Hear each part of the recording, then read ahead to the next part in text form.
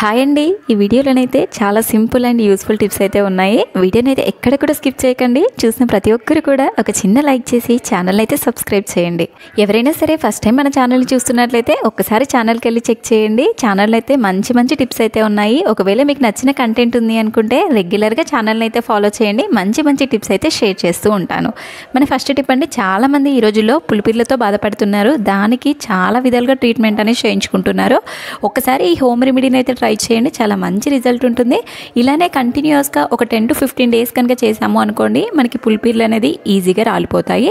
First of all 1 లేదా 2 వెల్లుల్లిని తీసుకోవాలి. ఇలా మెత్తగా దంచుకొని దానిపైన కొంచెం పసుపు అనేది వేసుకొని ఈ రెండింటిని మిక్స్ చేసుకొని మనకి ఎక్కడైతే పులిపిర్లు ఉంటాయి కదా, ఆ పులిపిర్లో ఉన్న ప్లేస్లో కనుక దీన్ని పెట్టి ఒక 10 minutes అలానే వదిలేసి తర్వాత వాటర్తో కనుక క్లీన్ చేసాము అనుకోండి, మనకి ఇలా కంటిన్యూస్గా ఒక 1 week or 10 days కనుక చేసాము అనుకోండి, పులిపిరి అనేది రాలిపోతుంది. ఇందులో ఏదైతే వెల్లుల్లిలో రసం ఉంటుంది కదా, ఆ రసం ఘాటుకి ఆ పులిపిరి అనేది ఈజీగా రాలిపోతుంది. నెక్స్ట్ టిప్, ఇదైతే ప్రతి హౌస్ వైఫ్కి బాగా యూజ్ అవుతుందండి. మనం ఇంట్లో బౌల్స్ క్లీన్ చేయడానికి రెగ్యులర్గా ఇలాంటి విమ్ సోప్స్ అయితే వాడుతూ ఉంటాము. మనం ఇలా డైరెక్ట్ బాక్స్లో వేసి మనం బౌల్తో మీ దగ్గర పెట్టుకుంటాం సింక్ పక్కన. ఇలా డైరెక్ట్ పెట్టడం వల్ల అందులోకి వాటర్ అనేది పోయి మనకి 1 week రావాల్సిన సోప్ కూడా జస్ట్ 2 days వచ్చేస్తుంది. అంతా కూడా నానిపోయి ముద్దగా అయిపోతుంది. మనకు అలా నానిపోకుండా సోప్ అనేది ఎక్కువ రోజులు రావాలి అంటే ఒక 2 వాటర్ బాటిల్ క్యాప్స్ ఉంటాయి కదా, ఇలా బాక్స్లో పెట్టేసి దానిపైన కనుక సోప్ పెట్టాము అనుకోండి, ఏదైనా వాటర్ పడ్డా సరే కిందికి వెళ్ళిపోతుంది. మనకి సోప్ అనేది కూడా కరిగిపోకుండా చాలా రోజుల వరకు అయితే వాడుకోవచ్చు. నెక్స్ట్ టిప్, మనము రెగ్యులర్గా ఆనియన్స్ అయితే ప్రతి కర్రీలోకి వాడతాము. మనం ఒకేసారి మార్కెట్ నుండి మినిమం 2 kgs 3 kgs అయితే తెచ్చి పెట్టుకుంటూ ఉంటాం కదా. మనకి ప్రజెంట్ ఉల్లిగడ్డ కూడా చాలా ఎక్కువ కాస్ట్ ఉంది. మనకి తెచ్చిన ఉల్లిగడ్డ పాడవకుండా, మనకి ఎక్కువ రోజులు ఫ్రెష్గా ఉండాలి, కుళ్ళిపోకుండా, నులి పురుగులు రాకుండా ఉండాలి అంటే ఇలా ఉల్లిగడ్డ మధ్యలో మనకి ఎప్పుడైనా సరే గాలి తగిలే బుట్టలో వేసుకోవాలి. తర్వాత ఇలా మధ్యలో చిన్న న్యూస్ పేపర్ని ముద్దలా చేసి మధ్యలో కనుక పెట్టాము అనుకోండి, ఉల్లిగడ్డలో ఏదైనా పాడైనా సరే మనకి వేరే ఉల్లిగడ్డ పాడవకుండా ఉంటుంది. అందులో ఉండే తేమ ఏదైతే ఉంటుందో న్యూస్ పేపర్ అనేది పీల్చేస్తుంది. దానివల్ల ఉల్లిగడ్డలు అనేది పాడవకుండా ఉంటాయి. అలాగే ఒక కొబ్బరి చిప్ప పెట్టడం వల్ల ఉల్లిగడ్డలు మొలకెత్తకుండా ఉంటాయి. నెక్స్ట్ టిప్, మనం పండగలకైతే కంపల్సరీ ఇలా అన్ని రకాల పిండి వంటలు అయితే చేసుకుంటూ ఉంటాం కదా. మనం పిండి వంటలు చేసుకున్నప్పుడు 1 week or 10 days లేదా 15 days అయితే మినిమం ఉంటాయి కదా, స్టోర్ చేసుకుంటాం కదా. అలా స్టోర్ చేసి పెట్టినప్పుడు మనం ఊరికే బాక్స్ మూత ఓపెన్ చేయడం, క్లోజ్ చేయడం వల్ల అవి మెత్తబడతాయి. అలా మెత్తబడకుండా ఉండాలి అంటే మనం బాక్స్లో వేయడానికి ముందు ఒక 2-3 లవంగాలు, అలాగే కొన్ని బియ్యపు గింజలు అందులో వేసి మనం గట్టిగా గాలి తగలకుండా కనుక మూత పెట్టాము అనుకోండి, మనకి ఎన్ని డేస్ అయినా సరే మెత్తబడవు, మనకి టేస్ట్ అనేది కూడా మారకుండా ఉంటాయి. నెక్స్ట్ టిప్ అండి, మనం మార్కెట్ నుండి ఎప్పుడు ఎగ్స్ తెచ్చుకున్నా సరే మినిమం ½ డజన్ అయితే తెచ్చుకుంటూ ఉంటాం కదా. చాలామంది ఫ్రిడ్జ్లో పెట్టి స్టోర్ చేస్తారు. అలా పెట్టకూడదు. మనం ఈవెన్ బయట పెట్టిన కొన్ని డేస్కే అవి కుళ్ళిపోతాయి, పాడైపోతాయి. మనము ఎగ్స్ బాయిల్ చేసేటప్పుడైనా సరే అవి పాడైపోయినాయి, పగిలిపోతాయి. మనకి ఎగ్స్ అనేది ఎక్కువ రోజులు ఫ్రెష్గా ఉండాలి, పగిలిపోకుండా ఉండాలి అంటే మనం ఎగ్స్ తీసుకొచ్చిన తర్వాత మనం స్టోర్ చేయడానికి ముందు మనం ఇంట్లో యూస్ చేసే కుకింగ్ ఆయిల్ ఉంటుంది కదా, ఆ కుకింగ్ ఆయిల్ అనేది ఇలా ఏదైతే ఎడ్జ్ షార్ప్గా ఉంటుంది కదా, అటు సైడ్ అప్లై చేసి మనం బాక్స్లో పెట్టి కనుక స్టోర్ చేసుకున్నాము అనుకోండి, మనకి ఎన్ని డేస్ అయినా సరే ఎగ్స్ అనేది పాడవకుండా ఉంటాయి. మనకి బాయిల్ చేసినా సరే పగిలిపోకుండా ఉంటాయి. ఇలా చేయడం వల్ల మనకి ఎగ్స్ అయితే చాలా రోజుల వరకు ఫ్రెష్గానైతే ఉంటాయి. మనం ఏదైతే ఆయిల్ అప్లై చేసిన సైడ్ ఉంటుంది కదా, ఆ సైడ్ లోపలికి రిమైనింగ్ పార్ట్ పైకి ఉండేలాగా ఎగ్స్ అనేది స్టోర్ చేసుకోవాలి. ఇలా చేయడం వల్ల మనకి మినిమం 15 or 20 days వరకు అయితే ఎగ్స్ అనేది పాడవకుండా, పగిలిపోకుండానైతే ఉంటాయి. నెక్స్ట్ టిప్, ఇదైతే ప్రతి ఒక్క హౌస్ వైఫ్కి ప్రతి ఒక్కరికి యూజ్ అవుతుంది. ఎందుకంటే పిల్లల యూనిఫామ్స్ పైన స్కూల్కి వెళ్ళినప్పుడు ఇలా ఇంకు మరకలు, పెన్ను మరకలు అయితే కామన్గా గీసుకొని వస్తారు. వైట్ షర్ట్స్ కానీ వైట్ డ్రెస్సెస్ పైన కానీ ఇలాంటి ఇంకు మరకలు పడితే అసలే పోవు. షర్ట్ కానీ డ్రెస్ కానీ అంతా పాడైపోతుంది.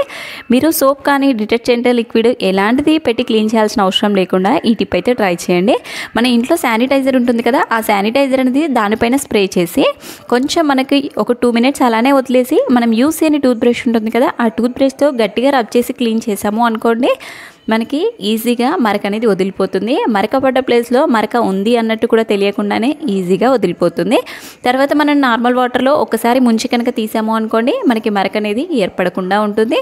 మనకి డిటర్జెంట్ లిక్విడ్ కానీ పౌడర్ కానీ ఎలాంటిది అవసరం లేకుండా జస్ట్ ఇలా శానిటైజర్ అనేది స్ప్రే చేసుకోవడం వల్ల మనకి ఇంకు మరకలు, పెన్ను మరకలు అనేది చాలా ఈజీగా వదిలిపోతాయి. వైట్ షర్ట్స్ పైన, వైట్ డ్రెస్సెస్ పైన ఎప్పుడైనా మరకలు పడితే ఇలానైతే క్లీన్ చేసుకోవచ్చు. నెక్స్ట్ టిప్, మనం ఇడ్లీ కుక్కర్లో ఇడ్లీ పెట్టినప్పుడు మనం వాటర్ వాటర్ పోసి పెడతామో కొద్దిసేపటి తర్వాత మనం ఇడ్లీ తీసిన తర్వాత ఇడ్లీ కుక్కర్ అడుగంతా కూడా నల్లబడిపోయి కలర్ అనేది మారిపోతుంది.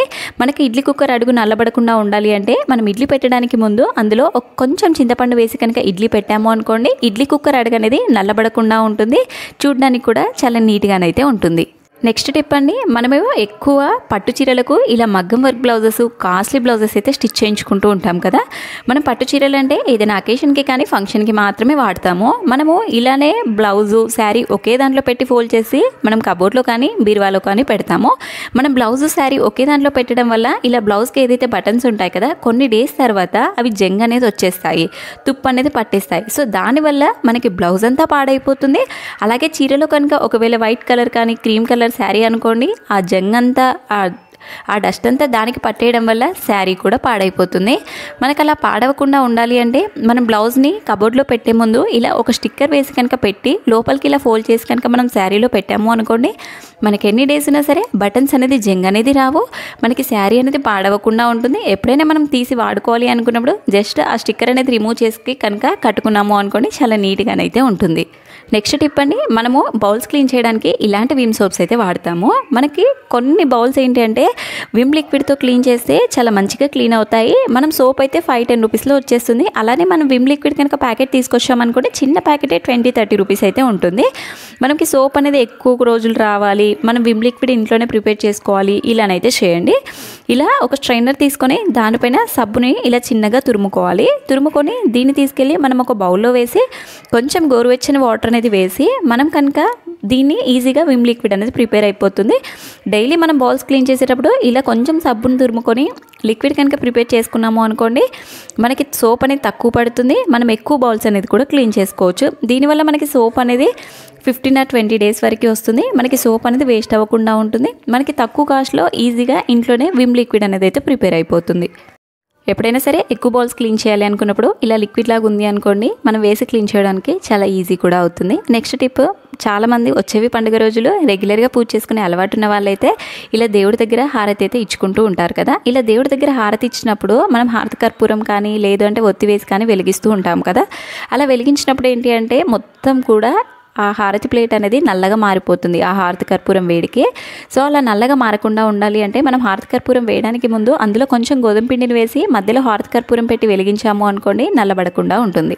నెక్స్ట్ టిప్, మనం ఎప్పుడైనా సరే స్టవ్ క్లీన్ చేసేటప్పుడు కొంతమందికి రెగ్యులర్గా క్లీన్ చేసే అలవాటు ఉంటుంది. ఎప్పుడైనా సరే బర్నల్స్లోకి వాటర్ పోతాయి, ఎప్పుడైనా బర్నల్స్ అనేది రిమూవ్ చేసుకునే ఆప్షన్ లేదు అనుకున్న వాళ్ళకి ఇలా బౌల్స్ కనుక బోర్లిచ్చి మనము గ్యాస్ స్టవ్ క్లీన్ చేసుకున్నాము అనుకోండి, గ్యాస్ స్టవ్ లోపలికి వాటర్ అనేది పోవు, గ్యాస్ స్టవ్ అనేది పాడకుండా చాలా రోజుల వరకు అయితే పాడవకుండా ఉంటుంది. నెక్స్ట్ టిప్, మనం ఇంట్లో ఎప్పుడైనా ఏదైనా దంచుకోవాలి అంటే ఇలా చిన్న రోల్ని అయితే వాడతాము. మనం డైరెక్ట్ ఇలా ఫ్లోర్ పైన పెట్టి కనుక దంచుకున్నాము అనుకోండి, మనకి ఫ్లోర్ అంతా కూడా రీసౌండ్ అనేది వచ్చేస్తుంది.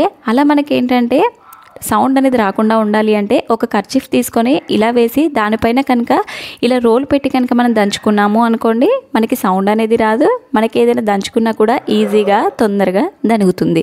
ఎప్పుడైనా అపార్ట్మెంట్స్లో ఉన్న వాళ్ళైతే ఇలా ట్రై చేయండి, సౌండ్ అనేది రాకుండా ఉంటుంది.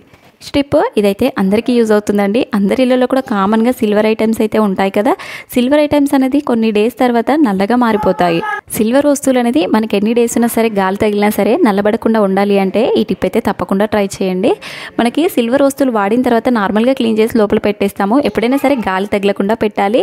ఈవెన్ గాలి తగిలినా కూడా నల్లబడకుండా ఉండాలి అంటే మనం స్టోర్ చేసే డబ్బాలో అడుగున టిష్యూ పేపర్ అనేది వేసుకోవాలి. తర్వాత అందులో ఇలా ఒక 2-3 చాక్ పీసులు తీసుకొని మెత్తగా పౌడర్ లాగానైతే చేసుకోవాలి. ఈ పౌడర్ని అడుగు భాగంలో చల్లి వాటిపైన ఇలా సిల్వర్ వస్తువులు కనుక పెట్టాము అనుకోండి, సిల్వర్ అనేది నల్లబడకుండా ఉంటుంది. ఈ చాక్ పీస్ పౌడర్ వల్ల సిల్వర్ అనేది మనకి కలర్ అనేది చేంజ్ అవ్వదు. గాలి తగిలినా సరే మనకి కలర్ అనేది చేంజ్ అవ్వకుండా మనం కొన్నప్పుడు ఎంత షైనింగ్ అయితే ఉంటాయో సేమ్ అంతే షైనింగ్ అయితే ఉంటాయి.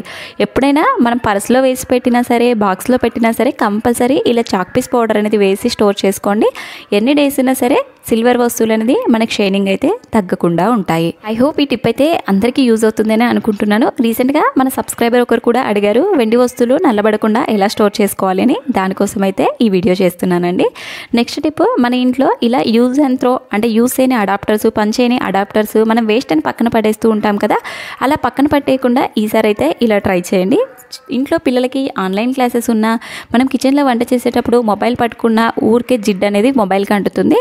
అలా కాకుండా ఇలా మొబైల్ స్టాండ్ పైన కనుక పెట్టి యూజ్ చేసాము అనుకోండి, ఇది ఒక మొబైల్ స్టాండ్ లాగా యూజ్ అవుతుంది. ఈ అడాప్టర్ అనేది మనం వేస్ట్ అని పక్కన పడేయకుండా మొబైల్ స్టాండ్ లాగా పిల్లలు కానీ మనం కానీ వాడుకోవచ్చు. నెక్స్ట్ టిప్, మన ఇంట్లో ఎప్పుడైనా సరే పెరుగు అనేది ఎక్కువ ఉంది, ఒక 2-3 డేస్ ఉన్నా సరే పాడవకుండా పుల్లబడకుండా ఉండాలి అంటే ఆ పెరుగులో కొంచెం కొబ్బరి ముక్క ఉంటుంది కదా, ఆ పచ్చి కొబ్బరిని పెట్టి మూత పెట్టామో అనుకోండి, మనకి 1 వీక్ 10 డేస్ ఉన్న పెరుగు అనేది పుల్లపడదు, టేస్ట్ అనేది మారకుండా ఉంటుంది. ఐ హోప్ మీకు టిప్స్ అన్ని కూడా నచ్చాయని అనుకుంటున్నాను. మీకు ఏ టిప్ నచ్చిందో కామెంట్ చేయండి. దేనికి రిలేటెడ్ కావాలో కామెంట్